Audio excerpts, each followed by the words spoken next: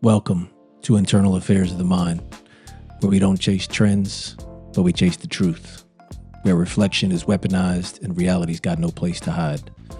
Some people preach, some people pretend. Me, I investigate. I'm Greg Thompson, a retired cop with over 2 decades experience, but a lifelong investigator. And now, a full-time interrogator of the human condition. This isn't therapy. It's not philosophy class. It's an investigation into everything they told you not to question and everything you told yourself you didn't have time to. Let's crack today's case. Let's chop it up. What if breaking news is actually breaking us? That thought hit me one night while I was scrolling through headlines filled with hate, greed, chaos, and something deeper: exhaustion. Not the kind of tired that sleep can fix, but the kind that comes from carrying too much noise. Mental exhaustion. Every headline was screaming. Every notification was buzzing. Every talking head shouting over the next one, the insults, the blame and shame games. And somewhere in all of that, I noticed we stopped thinking for ourselves. It made me wonder, have we really lost hope like the headlines suggest we have? Or is something else happening? A plan, a recipe, the devil's recipe. I remember a time before the internet, before the constant feeds, when we were convinced ignorance came from not having enough information. We thought knowledge was power, and more access meant more wisdom. I believed it too. I remember thinking that people who had the Encyclopedia Britannica, man, they must be geniuses. And they're rich. But now we've got every encyclopedia ever written in the palms of our hands. Information accessibility on anything we can think of instantaneously. But someone once said, knowledge is a double-edged sword. It can be a powerful tool for good, but can also lead us down paths of darkness and corruption. And this may have never been truer, because armed with all the information we have access to, we've never been more confused, more divided, or more lost. Quite frankly, more stupid and ignorant, if you ask me.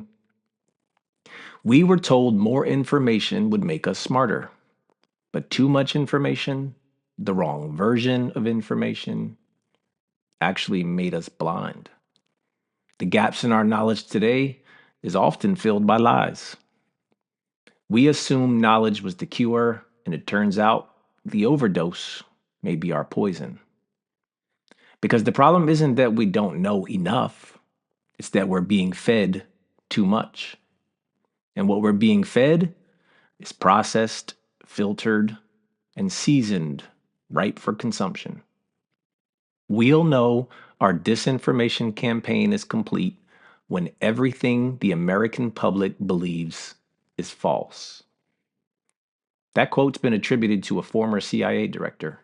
And honestly, whether he said it or not, almost doesn't matter. Because the impact of that thought, that processing, that's the terrifying part. The idea that truth could be so diluted, so distorted, that we would no longer recognize it, that wasn't just a warning. I feel like that's a prophecy we're living in real time. The power of information has been weaponized for as long as mankind has had a voice. From kings and empires to religious groups, politicians, and hate groups, it's always been simple. Control the narrative, and you control the people. Propaganda isn't new.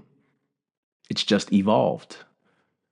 Back in the world wars, before the internet, before the algorithm, we used airplanes to drop pamphlets to the enemy and their civilians.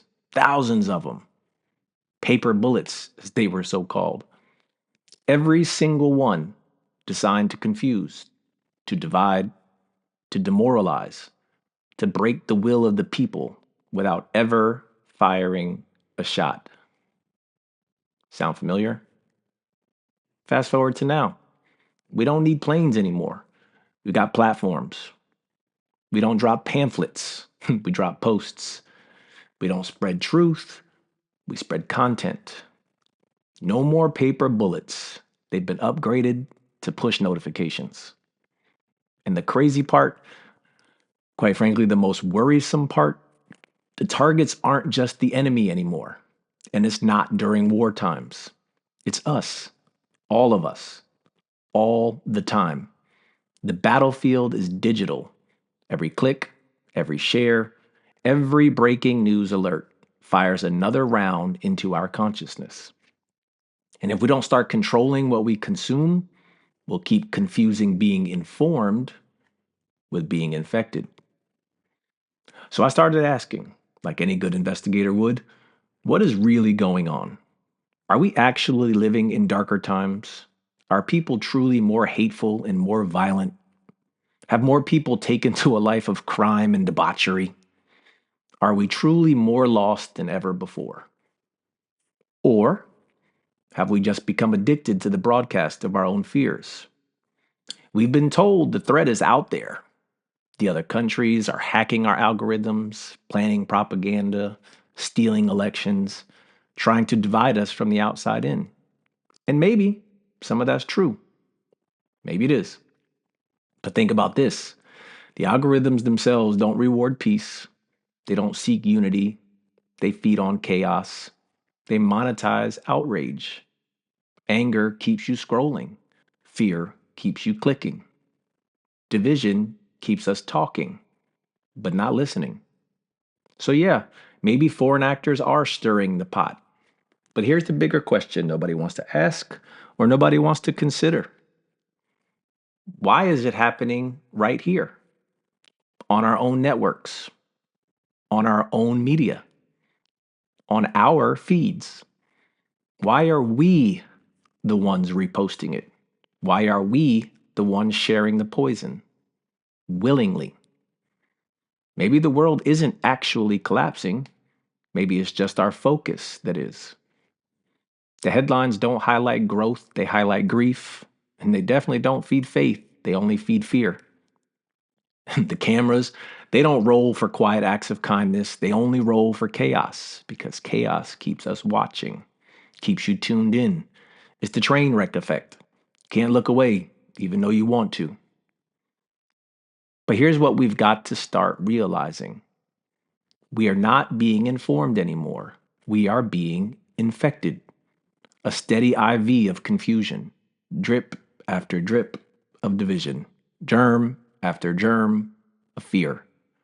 It's the devil's recipe, not to poison our food, but to poison our appetite. Because if they can change what we crave, they don't have to control what we actually consume. We'll do it ourselves.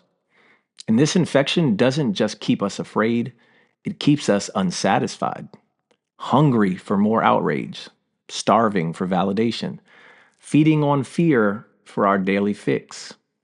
And the real flex of this, it keeps us distracted.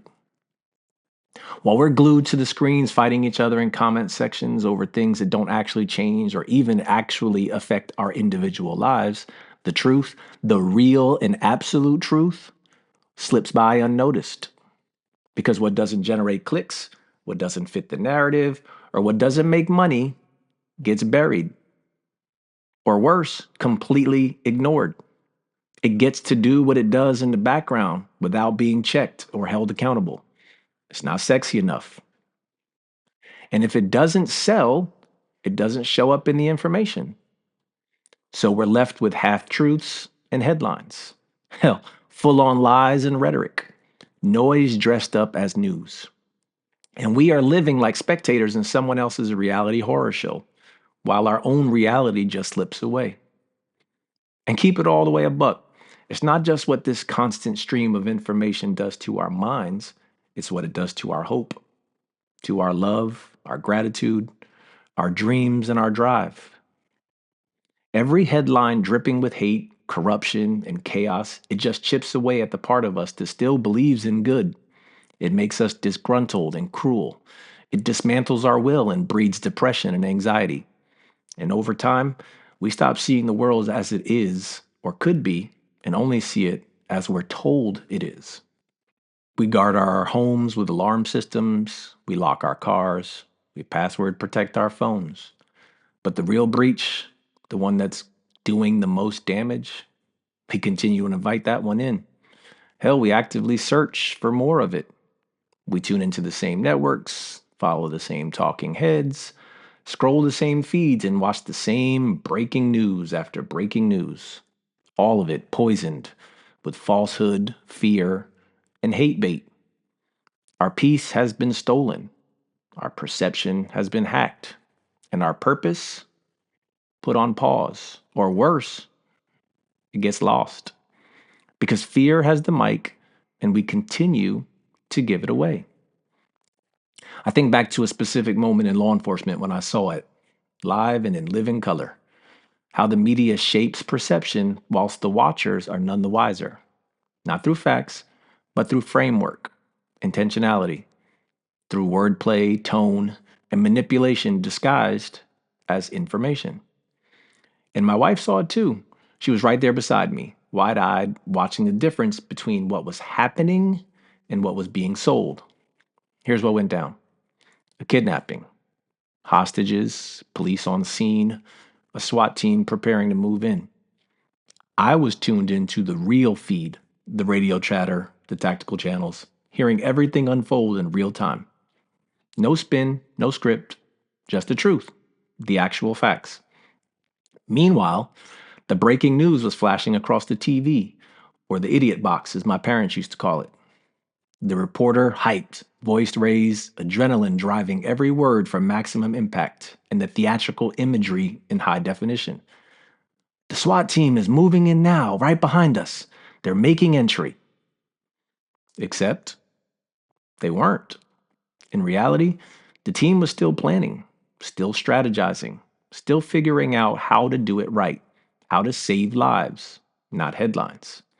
But the story had already been told, rather, sold. They had a deadline to make and couldn't wait. The viewers were now hooked. Emotions had been stirred. People saying to themselves, I can't turn this off now. I might see something I need to see.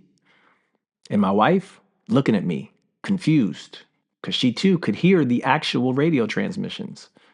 Now realizing the broadcast wasn't reporting reality, it was creating a performance. Was the reporter lying?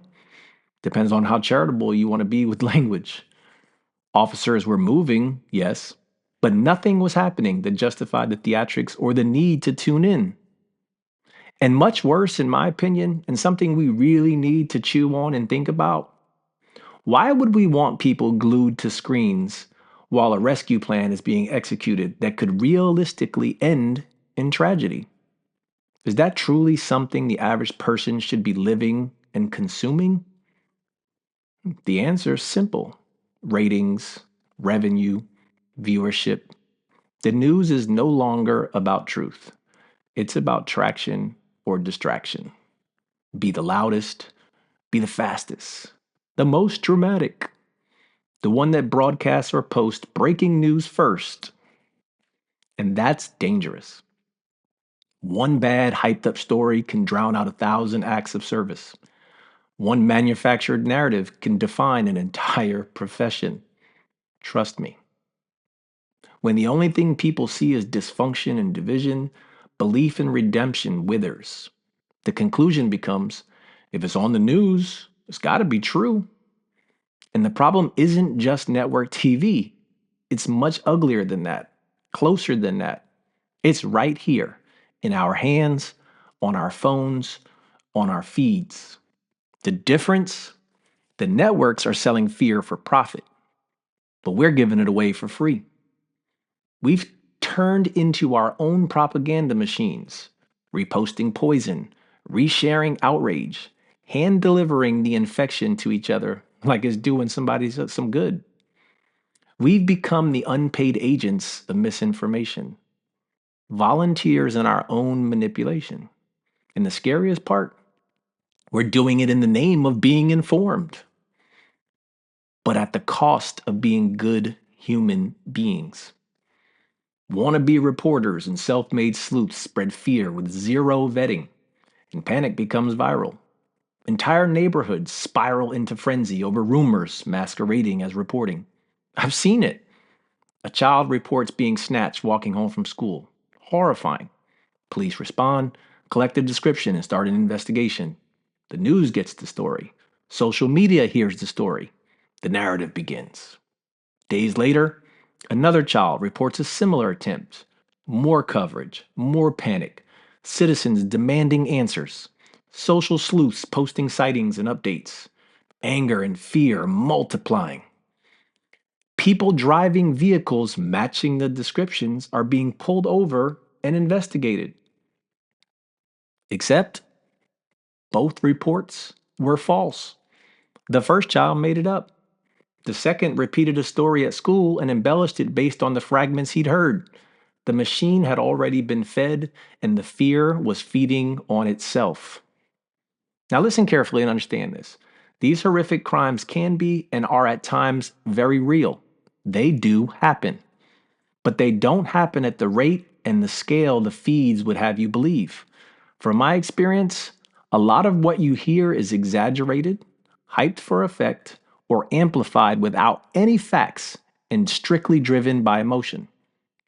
I recently came across a quote that I felt obligated to share on this very concept. It's easy to cheer for someone who plays the victim, but if you don't question the story, you might end up supporting the very person who started the fire. Let that marinate and chew on that for a minute. Because here's the point we need to discern: information is power, but bad information is destruction.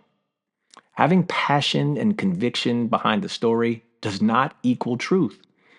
Volume is not validation. Having gone viral does not equate to verification. We are living in an age where the easiest thing to spread is an idea laced with fear, an absolute lie. And when fear spreads faster than fact, it hijacks our lives, it steals the calm, and it rewires our trust. Quite frankly, it manufactures enemies. If we don't control what we consume, we become what we consume. And if we're not careful, the narrative we believe becomes the one we choose to live by. So when being fed information, stop for a second. Ask yourself, does someone benefit from this outrage? Who is feeding and delivering this? What's being left out?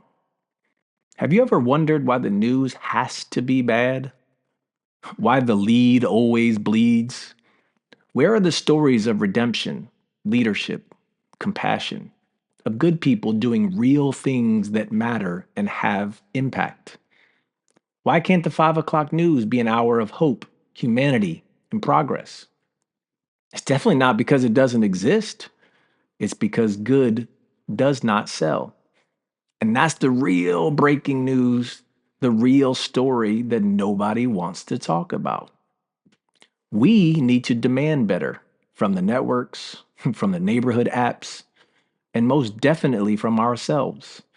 Investigate before you amplify. Wait for and confirm actual facts before you panic. Protect your peace the same way you protect your house. You want to be a reporter or a content creator? Great. Then report what heals, not what harms. Shine a light where hope and grace live, not exclusively in the darkness. Spread goodness, morality, integrity, because when the wrong narrative leads, it doesn't just report our world, it remakes it. So I suggest and call to action all of us to step back, not to disconnect from the world, but to reconnect with our judgment. Before we hit share, post, or comment, pause and ask, am I adding to understanding or feeding the infection? Am I protecting my peace or stealing someone else's? Do you look at the entire menu before you order? Or do you just eat whatever the server tells you is the special of the day? Because that's what we're currently doing with information, taking whatever's handed to us and consuming it as truth. Now, don't mistake me for being paranoid, because I'm not. You just go ahead and look up some stories. and then do some fact checking. Then get back to me. Because the problem is, we're not powerless, we're just distracted. But once we quiet the noise, we'll start to hear the truth again. That still, small voice reminding us who we are and what is truly important. Faith over fear, purpose over panic, truth over traffic. Control the channels because our lives were never meant to be lived through the headlines. We need healed minds, thinkers, builders, leaders. So stay aware, stay grounded, stay inquisitive. And when the noise finally fades, when the fear loses its grip, you'll still be standing, still building, still at peace. You just have to stop tuning in to the breaking news that's been breaking you. This has been Internal Affairs of the Mind, where we break in, strip it down, and get real. So hopefully together, we can build ourselves back up armed with wisdom. Peace and blessings to everyone. Be kind. Be a good human. Thanks for listening. I'm Greg Thompson, and we'll chop it up next time.